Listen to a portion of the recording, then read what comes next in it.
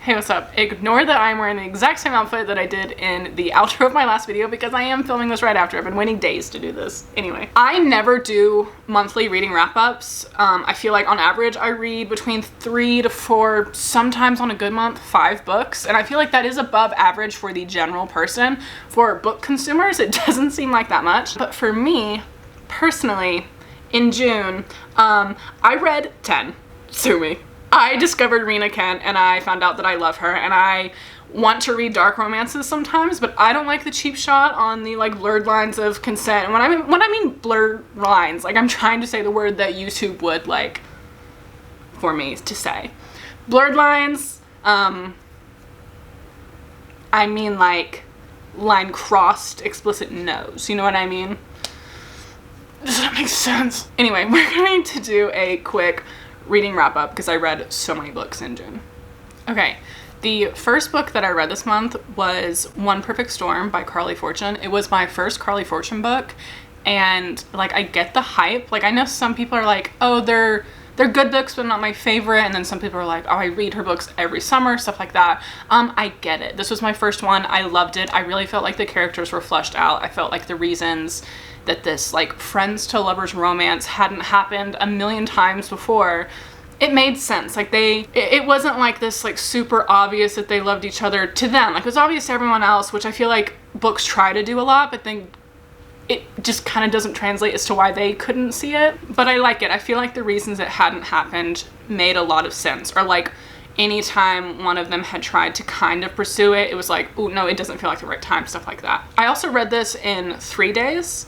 And I was not in the mood for romance when I started it, but it was really good. I liked the banter. It was very atmospheric. Like I started looking up pictures of Tofina, like I want to go. I cried. I love whales. I always did, but like, hello. And I did give like a review of this one in my staycation video. This one and the next one were in that video. And I go a little bit more in depth about like tugging on my heartstrings a bit in that video.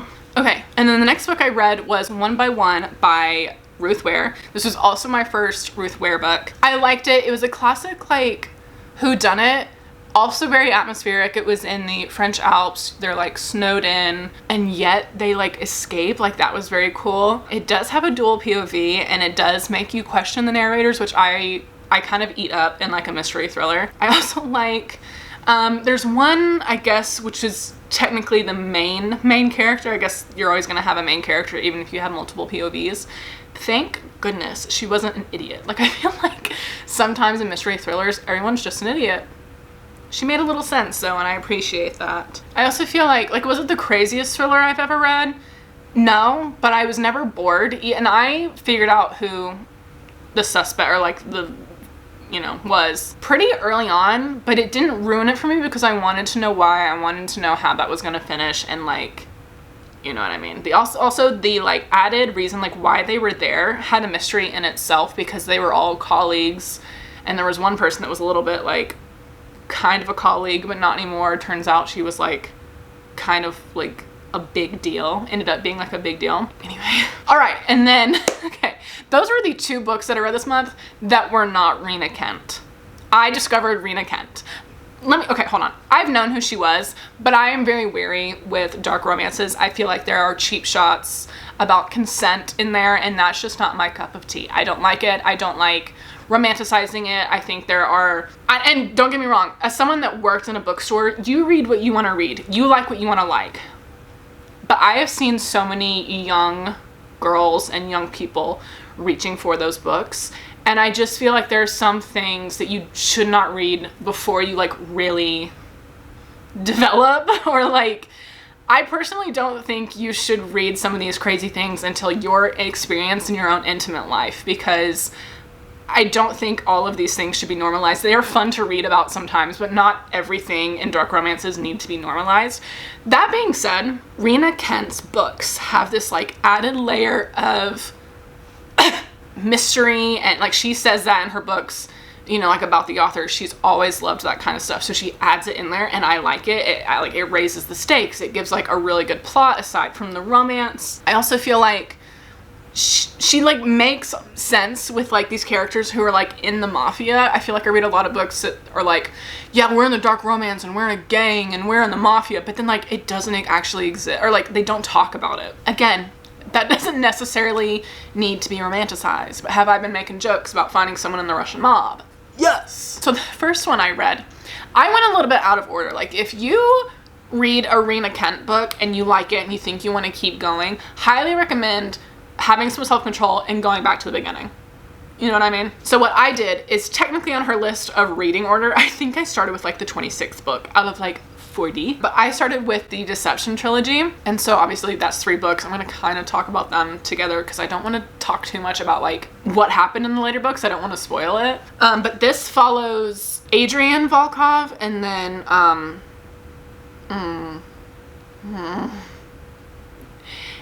it follows Jeremy Volkov's parents, and that's the reason I started with this, because I saw one meme on Pinterest, because that's my social media, right, of someone, it was like this little kid in a motorcycle helmet that says Jeremy Volkov in the Deception trilogy, blah, blah, blah, and then him in his own series, and he's like a grown man on the motorcycle. Cool. And the reason that interested me is because one fan art of Jeremy made me be like, that's so hot, am I about to read a whole series just to get to this man's book? Yes, but then I was like, he's so hot, I need backstory, I need to read his parents, I need to see him as a child, stuff like that. Like, if he hadn't actually been in the books, maybe not, but he's in the Deception trilogy, right? Sorry, I'm ranting now. I was like, Allie, be so quick with all these descriptions. Anyway, I wanted to go back to the beginning. I liked it, and then I read, let me talk about this and then we'll get to what I read after that. Anyway, this one, I didn't, again, this was the first one I read of Rina Kent. I did not expect, like, some of these plot twists and turns that were, like, it was giving like mystery thriller. Like these are like action movies for women. You know what I mean? Like these are good. Okay. Like is Adrian absolutely crazy and should you run? Yes. Did she try to run? Yes. Like, and here's the other thing.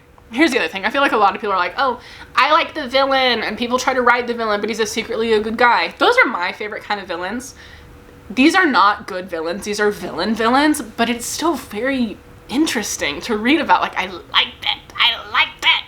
And then obviously after that I read Tempted by Deception, was the second one, and you actually go back in time a little bit in this one to how I can't give you spoilers. You go back in time in this one, but it makes sense and you're going to be appreciative of that. And then obviously it ends with Consumed by Deception, and this kind of wraps everything up. There's so many like intertwinings in this book, and when I read Consumed by Deception, like, I don't know, I paused for a second I have my like reading journal out and I don't remember what I was just saying. I really liked this trilogy, okay? Every single Rina Kent book that I have read, I have rated 4 stars. I really enjoyed them. They're not 5-star for me because they're still, again, dark romance is not my main source of like reading. So there are obviously going to be things in there that I don't like. Like, I really don't like the pregnancy manipulation trope, and that has happened in more than one series by Rina Kent. I don't personally like it. One of my favorite books in the world kind of has that trope, but I really have to ignore it, okay? Really liked that. Very interesting to see Jeremy's parents. Very curious to see how all of these kids end up, or like how they end up, because so far like their parents kind of seem like they're gonna be okay parents. I hope none of them end up being crappy. But obviously in the Deception trilogy, you kind of meet a lot of the other characters that are woven through these books. And so technically, I think they kind of align like this. Like the books overlap slightly in timeline, but I think Rye and Kyle's book technically starts, like it does start first, but they do overlap. But it did not ruin anything for me that I read Deception first and then this one. Now, what I liked, obviously, is Rye is in a very like male-dominated like world and like beaten down for it like consistently and constantly. It obviously affects her, but she doesn't let it affect how good she literally can only beat them by being better. No words or anything like that. Like, does she share some words that puts them in their place sometimes? Yeah, but she also just has to be like a bad bee. And she is. But she's also like a soft little bee when she finds like her mans. Why am I talking like this? I'm talking like it's 2016, okay? Let me relax. Let me reel that back in a little bit. I really liked Kyle. Is he effing crazy? Yes. Did he also kind of do some manipulation tropes I don't like? Yes. And now this was a sensitive thing for me. I have not read any book about the Irish in a long time. I have personal things there. It just brings it, like, I can't. Anyway, I was enjoying it so much that when I found out that that was a plot point, I kind of just kept going, and it wasn't a big deal. Like, for me, like, it was fine. And I know this is from a very personal place. Nobody else is going to care about that. I'm just saying, I liked it enough to keep going, considering I haven't read a book about any Irish character or in Ireland for almost 2.5 years.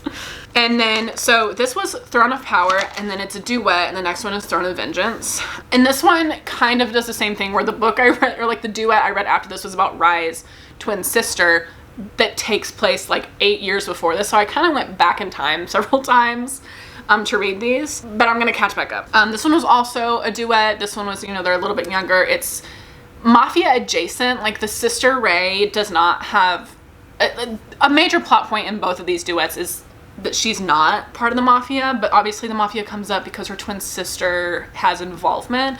But this one was, obviously, I read 2 series back to back that were very mafia driven. This one is very like steer clear. So this one was set in like a college, also had a big mystery setup and everything like that, like a kind of a whodunit even in a way. Another thing that Rina Kent really likes to write about is amnesia. Some serious and some fakers. So this one, like I said, is about Rye's twin sister. So, and this is Rina and Asher's book. I think their son ends up being the first main character, and then the couple from Cruel King, their kids end up being the first couple in the Legacy of Gods 2nd generation series. Oh, crap! I forgot to tell you how quickly I read these books. Let me go back for 1 second before we get into this next book. Okay, so sorry. One by one, I read in 4 days. Vow of Deception, 2 days. Most of it in 1 day. Tempted by Deception, 1 day. Consumed by Deception, ooh, 6 days. In fairness, life. And then Throne of Power, 2 days. Again, most of these were in like 1 day. I was like leaving, again on my Kindle, it tells me how much I have left. I was leaving like an hour and a half to finish, so I read like the majority of the book in 1 day. Throne of Vengeance, 2 days. Slowpoke. Okay, All the Lies. Now we're back on track with Rina and Asher's story. Again, this one was in college, a real big whodunit. It honestly, if I had read this before Rye's book, I think I would have been a little more confused about some of the plot.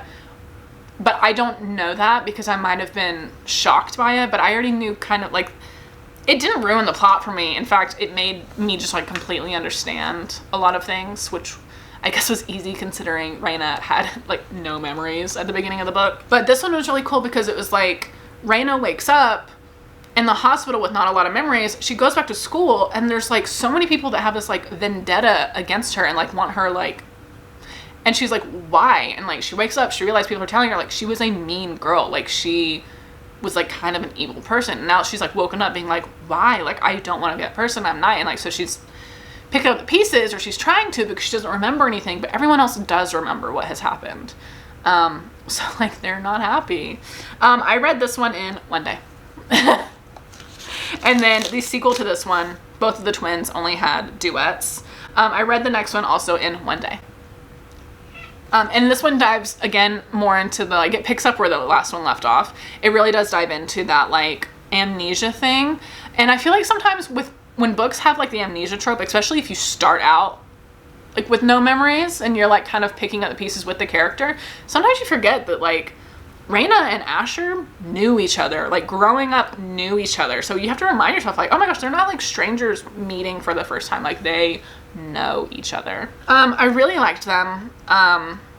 Asher, kind of a simp for like Rina, especially towards the end of the second book, you kind of like get it. Oh, okay. So then the next one that I've read would be Cruel King. This is the last book that I read. This one took me 4 days to read. It was like, I would say like 100 pages longer than the other ones. But again, kind of like just how my work schedule goes. Every couple books you could tell that they were taking me a little bit longer to read, and that's why. I really liked this one. This one is the one that was different than all the others. And technically, Cruel King is number 0 in a series, and you should read it before any of the other Royal Elite books. And technically, Royal Elite is on the first of the list to read. But so I took a break with like the American Russian Mafia books. Paused where I thought was a good timeline to pause there. Went back, and now I'm going to start reading in the actual order because I don't want to move on to the Monster trilogy, which does absolutely come after, or kind of like overlaps with Rye and Adrian's series. Both of those two series, I definitely like want to catch up and then just keep reading on the suggested order and that way. So I liked Cruel King. This one is Levi and Astrid. This one is London, like seniors and their equivalent to like high school. Very, very interesting. I will say I was scared because obviously the main character's best friend is a guy, and I feel like so often that turns into like kind of a cheap shot for like that best friend to be the villain. And like the whole time, there was at one point in the middle where I was like super scared that that was going to be the case, and it wasn't. Her best friend, no, not to be spoilery, but like I liked Dan in a lot of ways. He was like an actual dude, like kind of insufferable in some ways, but like I'm glad that they were like true friends. I also had no idea that Dan had his own series. Apparently he does, but that made me really happy that they were true friends and he was a good friend and all that stuff. I also like, they're very, you know, twisted and like they need a lot of healing, but like the relationships with Jonathan, Levi's uncle, and then especially with Astrid and her dad, like I cried 2 different times on the Astrid and her dad scenes, like the one on her birthday and then like the ending scenes where they were like, I don't want to spoil it, but like kind of closer to the end where they're sitting on the bed talking about her mom. Both of those like made me tear up, like they made me cry because I just thought they were so nice. You know what I mean? Also had no idea that Uncle Jonathan gets his own book. But I'm very excited because I've seen a ton of fan art for Aiden, his books. And his books are a trilogy. I don't know why everybody else just gets 1 book in that series. Aiden and Elsa get 3. And that's okay with me. But I'm also going to take a break there. I feel like before I start that trilogy, it's a good pausing place to kind of like step back and read some other books. But I am like true, full send Rina Kent fan. And I was like, oh my gosh, there's 40 books. If I like these, I can read them over like the course of a year or 2. In 1 month, I read 8. And in 1 month, I read 10 books. So I thought that was kind of fun. I would love to do that every month. That's just not realistic for me anymore.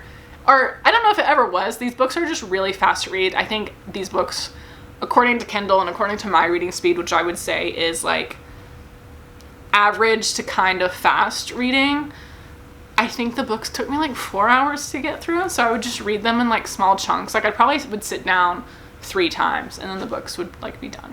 And then I went and read like all of like the little bonus scenes that were available to download, so I did that as well because I'm a fan and I'm obsessed.